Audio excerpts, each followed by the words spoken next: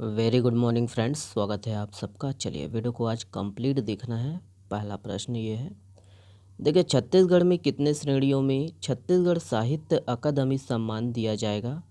यहाँ पर ऑप्शन है, देखेंगे। इसका जो सही आंसर है ऑप्शन नंबर सी है, 3। ओके, चलिए देखिएगा कि छत्तीसगढ़ में 3 श्रेणियों में छत्तीसगढ़ साहित्य अकादमी सम्मान दिया जाएगा।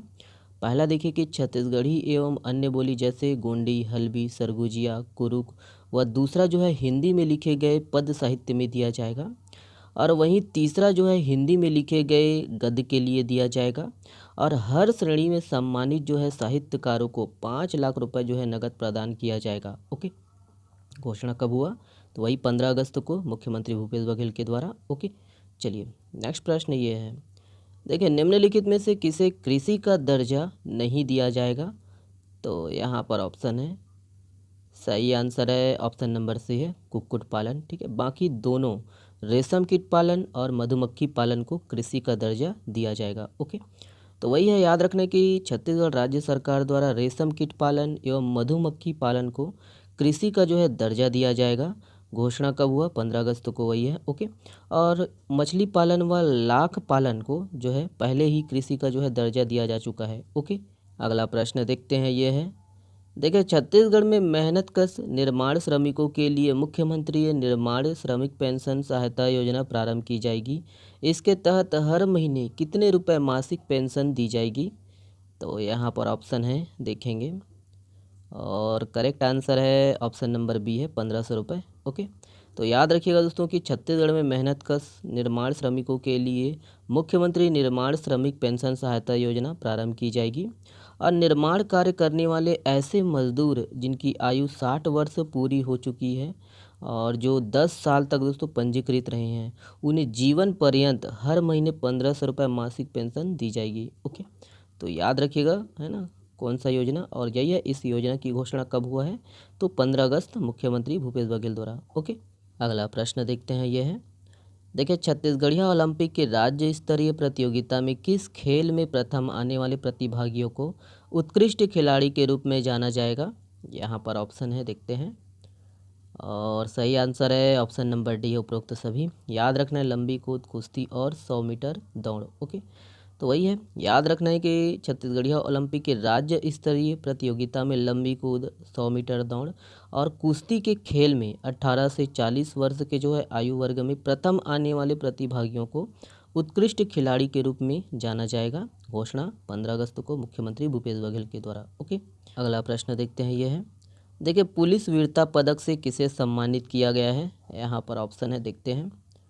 सही आंसर है ऑप्शन नंबर ए है, डॉक्टर अभिषेक पल्लव। ओके, तो काफ़ी चर्चा में रहता है ये, यूट्यूब हो गया, सोशल मीडिया हो गया। ओके, अभिषेक पल्लव जी, तो वही है, मुख्यमंत्री भूपेश बघेल ने पुलिस विभाग के जो है अधिकारियों को विभिन्न पुरस्कार प्रदान किए, जिसमें आपका पुलिस वीरता पदक, है ना, वही है, वैभव मिश्रा पुलिस अधीक्षक, अभिषेक, है ना, पल्लव, अश्वनी सिन्हा, यशवंत श्याम और उषारू राम कोर्राम और उत्तम कुमार सहायक प्लाटून कमांडर सहित श्री कृष्ण पाल सिंह कुशवाहा का नाम शामिल है। ठीक है, चलिए अगला प्रश्न देखते हैं, ये है, देखिए राज्य में सुराजी गांव योजना के तहत संचालित कितने गौठानों को उनके उत्कृष्ट कार्यों के लिए पुरस्कृत किया गया है।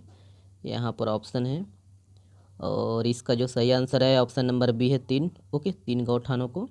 तो वही मुख्यमंत्री भूपेश बघेल ने स्वतंत्रता दिवस के, है ना, अवसर पर राज्य में सुराजी गांव योजना के तहत संचालित किए जा रहे 3 गौठानों को उनके उत्कृष्ट कार्यों के लिए पुरस्कृत किया है। और पुरस्कृत गौठान प्रबंधक समितियों में राजनांदगांव जिले के ग्राम अमलेडी, दुर्ग जिले के ग्राम चंदखुरी और सारंगढ़ बिलाईगढ़ जिले के ग्राम हिर्री गौठान, ये प्रबंधन समितियां जो है शामिल हैं। ठीक है, तो याद रखने हैं, है ना, कौन कौन से जो है गौठान को मिला है ना, पूछा जा सकता है एग्जाम में। अगला प्रश्न ये है, देखिए छत्तीसगढ़ी भाषा को किस कक्षा में एक पाठ्यक्रम के रूप में शामिल करने की घोषणा की गई है। यहाँ पर ऑप्शन है, सही आंसर है ऑप्शन नंबर 1, ठीक है, ए है, तो कक्षा पहली से लेकर 5वीं तक। ओके, तो वही है, प्रारंभिक शिक्षा का जो है अब स्थानीय भाषा में दिया जाएगा। तो राज्य में जिन क्षेत्रों में छत्तीसगढ़ी भाषा बोली जाती है वहाँ स्थानीय छत्तीसगढ़ी भाषा एवं आदिवासी क्षेत्र में वहाँ की स्थानीय बोली को अगले शिक्षा सत्र से दोस्तों कक्षा 1 से लेकर कक्षा 5वीं तक के पाठ्यक्रम में एक विषय के रूप में शामिल किया जाएगा। ओके, तो याद रखिएगा, पूछा जा सकता है एग्ज़ाम में। ओके, अगला प्रश्न ये है, देखिए हाल ही में चर्चित बूढ़ेश्वर महादेव मंदिर कहाँ स्थित है? तो यहाँ पर ऑप्शन है, सही आंसर है ऑप्शन नंबर डी है, धमतरी। ओके, याद रखिएगा। तो याद रखना है कि बूढ़ेश्वर महादेव मंदिर धमतरी जिला में स्थित है और प्रदेश के अति प्राचीन शिव मंदिरों में शामिल धमतरी का बूढ़ेश्वर महादेव मंदिर लगभग 1300 साल पुराना है और नागर शैली में बने इस मंदिर की दीवारों पर प्राचीन शैली की जो है कई कलाकृतियाँ उकेरी गई है और गर्भगृह की बाहरी दीवारों पर भी कई कलात्मक आकृतियाँ बनी हुई हैं। ओके, तो ये किस जिले में है? धमतरी जिले में है। ओके, अगला प्रश्न ये है, देखिए हाल ही में चर्चा में रहा नागार्जुन गुफा कहाँ स्थित है? तो यहाँ पर ऑप्शन है, सही आंसर है ऑप्शन नंबर डी है, महासमुंद। ओके, तो याद रखिएगा कि यह गुफा है ना किस जिले में है? महासमुंद जिले में है। ओके, नागार्जुन गुफा। और स्टेट आर्कियोलॉजी की टीम ने गुफा की सही उम्र का पता लगाने के लिए कार्बन डेटिंग शुरू की है। देखिएगा कि 60 फीट गहरी इस 2 मंजिला गुफा के बारे में साक्ष्यों के आधार पर विशेषज्ञों का जो है दावा है कि 6वीं शताब्दी में बौद्ध धर्म के विद्वान नागार्जुन ने योग साधना की थी। ओके, और वही है कि बौद्ध धर्म के सर्वोच्च गुरु दलाई लामा जी यहाँ 2013 में साधना कर चुके हैं।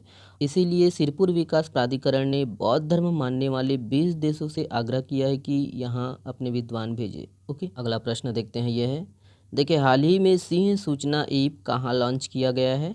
यहाँ पर ऑप्शन है, सही आंसर है ऑप्शन नंबर बी है, गुजरात। ओके, तो याद रखिएगा दोस्तों कि गुजरात ने ना शेरों पर नज़र रखने के लिए सिंह सूचना ऐप लॉन्च किया है। ओके, देखिए विश्वकर्मा योजना की शुरुआत कब की जाएगी? यहाँ पर ऑप्शन है, सही आंसर है ऑप्शन नंबर बी है, 17 सितंबर 2023। ओके, तो याद रखिएगा कि लाल किले से दोस्तों प्रधानमंत्री नरेंद्र मोदी ने इसी वर्ष से है ना विश्वकर्मा जयंती के अवसर पर विश्वकर्मा योजना शुरू करने की घोषणा की है और यह योजना बढ़ई लोहार जैसे परंपरागत पेशे से जुड़े लोगों को नई ताकत देगी और उनके लिए आजीविका के अवसर बढ़ाएगी। ओके, चलिए ये अगला प्रश्न है, देखिए हाल ही में डॉक्टर बिंदेश्वर पाठक का 80 वर्ष की उम्र में निधन हो गया, वह किस क्षेत्र से संबंधित थे?